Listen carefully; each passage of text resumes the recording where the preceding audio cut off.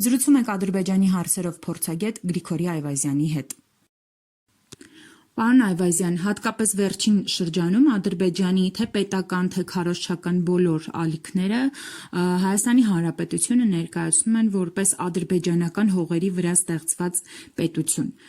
Մենք ըստ էության դեռ շարունակում ենք գոնե պետական մակարդակով գնալ այս պետության հետ խաղաղության։ Որքանով է խաղաղությունը Ադրբեջանի հետ հնարավոր, երբ նրանցից այսպիսի վարքագիծ ենք տեսնում, որը ոչ մի աղերս չունի խաղաղության գնալու հետ։ Դե պարզ է, որ դա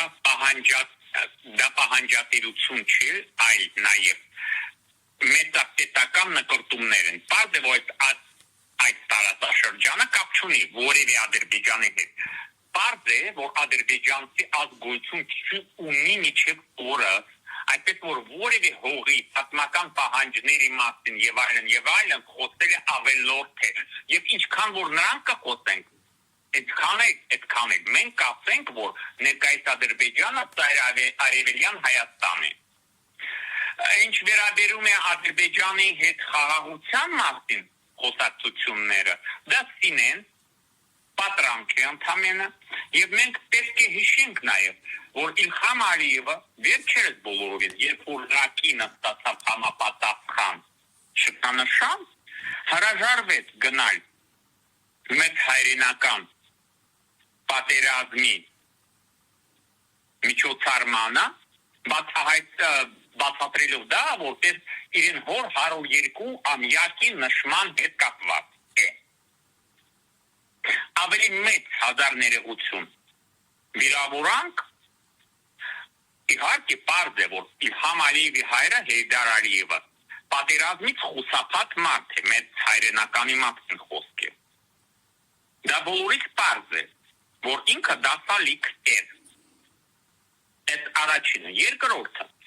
Պարզ է, որ Հայաստանի հետ խաղաղությունը իրենք չեն պլանավորում, չկա այդպիսի բան։ Պարզ է, որ իրենց նացիստական դեմքը պատրեցին, խոսելով Գարիգի Նզդեի մասին, իրենք հիմա մեծարում են իրենց պետության ստեղծողին Ռասուլզադեին, որը նացիզմի մեծագույն աջակցողն է եւ նաեւ դահիճը։ Ոչ թե նացիզմի, այլ անմեղ մարդկանց։ Թուրքական լեգիոնների ստեղծողը։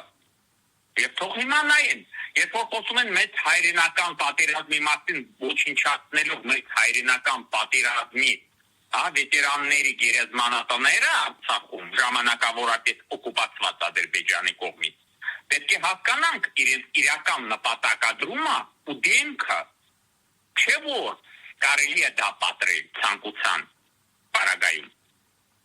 Այդպես որ, եթե հակիրճ պատասխանեմ ձեր հարցին, խաղաղություն չի լինելու, որովհետև ադրբեջանական նացիստական ռեժիմը դա չի ցանկանում, տենչում է նոր պատերազմ։ Մեր քաղաքական վիճակից նաև Ադրբեջանում վերլուծություն, մենք կարող ենք գալ այն եզրակացության, որ պատերազմը ցավոք սրտի սարերի ետևում չէ։ Պարոն Այվազյան, այդ դեպքում մեր վիճակը ինչ է լինելու, երբ մենք պետական մակարդակով անընդհատ խոսում ենք խաղաղության մասին, բայց զուգահեռաբար ըստ երևույթին չենք պատրաստվում պատերազմի։ Պետք է հուսանք, որ պատկան մարմինները հասկանում են, որ պատերազմն խուսափելի են եւ անհրաժեշտ միջոցառումները ձեռնարկում են, որպեսզի մենք գոնե կարողանանք պահպանենք մեր պետականությունը եւ ազգաբնակչության անվտանգությունը, այդպես ձևակերպեմ։ Իսկ այսօրվա արվող քայլերը գոնե այնինչ հրապարակային են, դրա մասին են վկայում, որ մենք կկարողանանք պահպանել ու պաշտպանել մեր ունեցածը։ Ես հույս եմ դնում միայն մեր ժողովրդի ողջախոհության վրա եւ ինքնապաշտպանության պահպանման բնազդի վրա։ Այն ինչ որ կատարվում է վաղուց գաղտնիք չէ եւ ոչ էլ եղել է։ Մենք չունենք ոչ փախստականների, ոչ Արցախի մասով, ոչ էլ ունեցել ենք անկեղծ որ ասեմ, տեսլականը, հարցի լուծման տեսլականը, իսկ Ադրբեջանը փորձում է իր մեծապետական պահանջները հիմա ասում են Երևանը իբրև թե ադրբեջանական փողը եւ այլն, ոչ միայն ասում են, նախապատրաստում են ռազմական գործողություններին մեր հողերը գրավելուն եւ այնտեղ համաճկային կառավարություն ստեղծելուն եւ պատրաստում են հանրակրվի անցկացնելուն ոչ թե սինխոսակցությունները որ անկախության հռչակագիրը պետք է հանվի սահմանադրությունից կարծես թե դա ամենակարևոր հարցն է կարծես թե դա ընդհանրապես քննարկման հարց է ոչ իհարկե մեր մոտ պետք է քննարկվի այն հարցը որ մենք պետք է պատրաստվենք մեր ազգի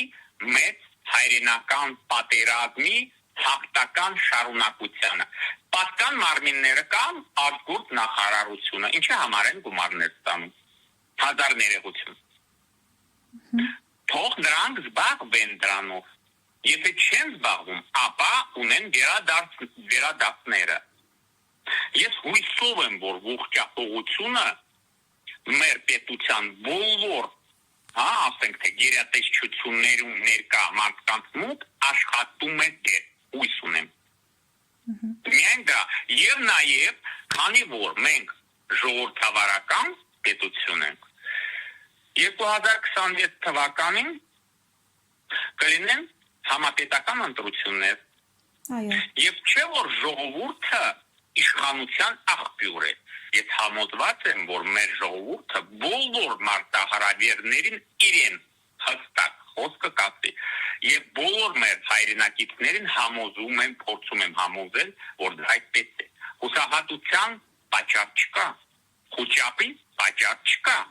պետք է ուղղակի լծվել համբերությամբ աշխատանքի ու սպասել ու աշխատել ամեն օր որ մեր լուսապայծառ ապագան կլինի մոտավոր ժամանակահատվածում եւ նաեւ կցանկանայի շեշտել որ մեր պետության մեջ ու ազգի մեջ եթե կա այն գաղափարոտ խոսությունը որի մեջ ես չեմ կասկածում որ Հայաստանը ամեն ինչից վեր է հաղթանակը անպայման մերը կլինի հաղթանակ մեծ ու մեր թշնամիներին իմիջայլոց մենք ունենք մի էգզիստենցիալ թշնամի դա թուրք-ադրբեջանական նացիզմն է եւ քանի դեր այդ նացիզմի ողնաշարը ջախջախված չէ իր բունում մենք բոլորը ծերից միջև երեխաները քանդից քնելու իրավունք չունենք այդպես որ հաղթանակը մեծ մեր թշնամիներից